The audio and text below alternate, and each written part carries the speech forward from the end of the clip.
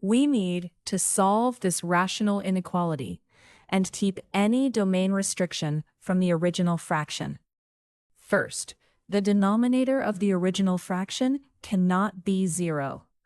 So x cannot equal -3. This restriction stays until the end. Next, find where the numerator is 0, because that can make the whole fraction equal 0.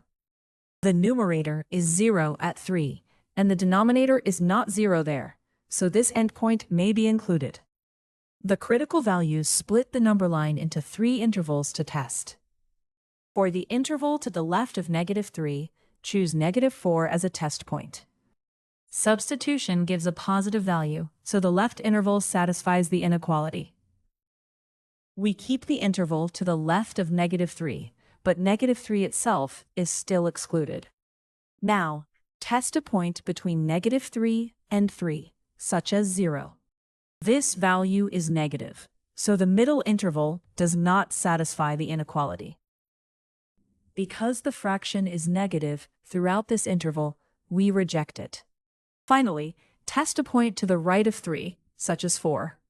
This value is positive, so the right interval satisfies the inequality.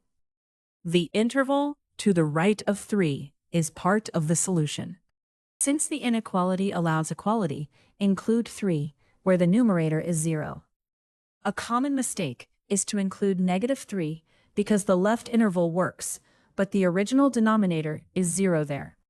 Therefore, the solution is all x less than -3, together with all x greater than or equal to 3.